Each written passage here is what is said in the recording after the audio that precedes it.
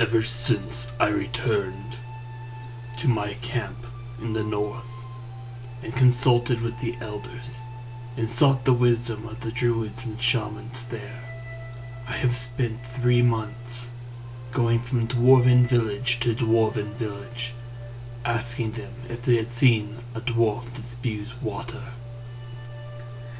More often than not, I'd get crude remarks of go see the local children.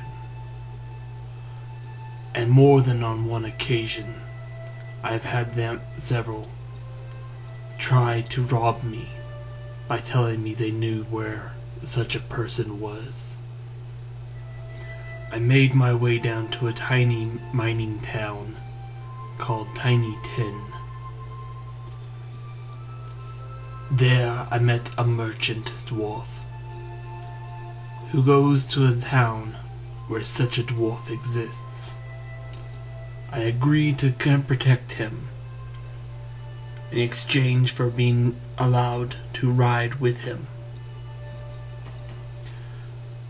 There, along the way, he told me all about the town, a town called St. Brewers.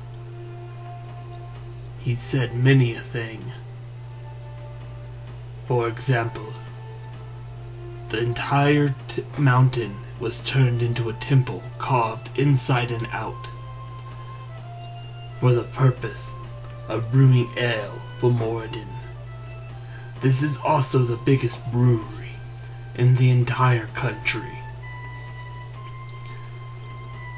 He told me that the dwarves there took more than 100 years to mine out the town and to build the temple.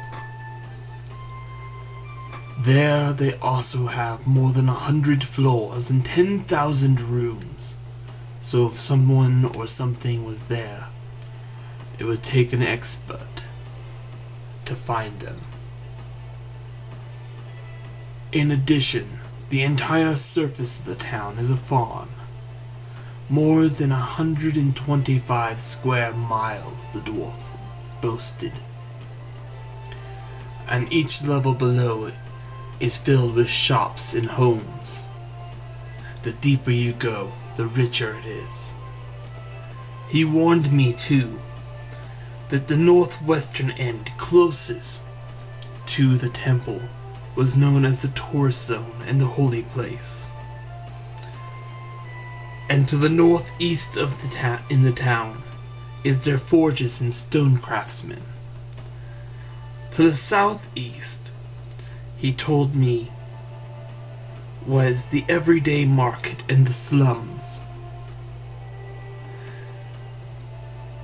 And to the southwest was the woodworkings and fabric shops. He told me that if I am looking for someone there, that any of those places would be a good place to start. And since we would be coming from the southeast, that he would be willing to drop me off at any of the main tunnel entrances. They are spread out throughout the entire town. So as we reach view of the place, I begin to see the dwarf that spews water. It's a mouth that spews out the water from the lake that they built.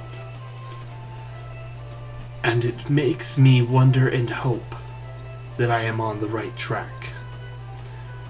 Before I get to my destination though, he warns me, there's 2 types of gods.